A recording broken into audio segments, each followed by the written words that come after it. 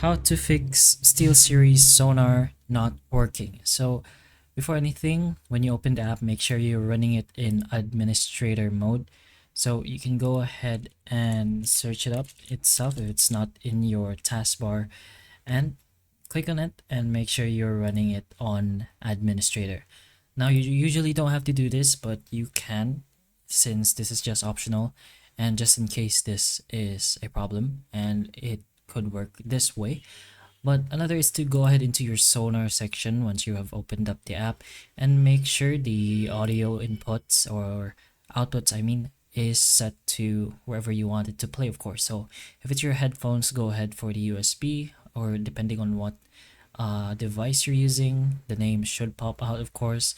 And if you want it to play through your device, then choose that option. You can go ahead and choose until it works, of course. And you can press on this over here so that you don't have to do it all at once. I mean, you don't have to do it one by one. So press on this so that it automatically connects everything else with the same one you chose here. Actually, just let's do an example. So if we do this one, the others doesn't copy, so this one just speeds up the process. But anyways, another is to just go ahead and try restarting the app itself. That does work for multiple people. And if you want to set Sonar devices as your default audio devices in your window and sound settings, press on this to click to auto set defaults.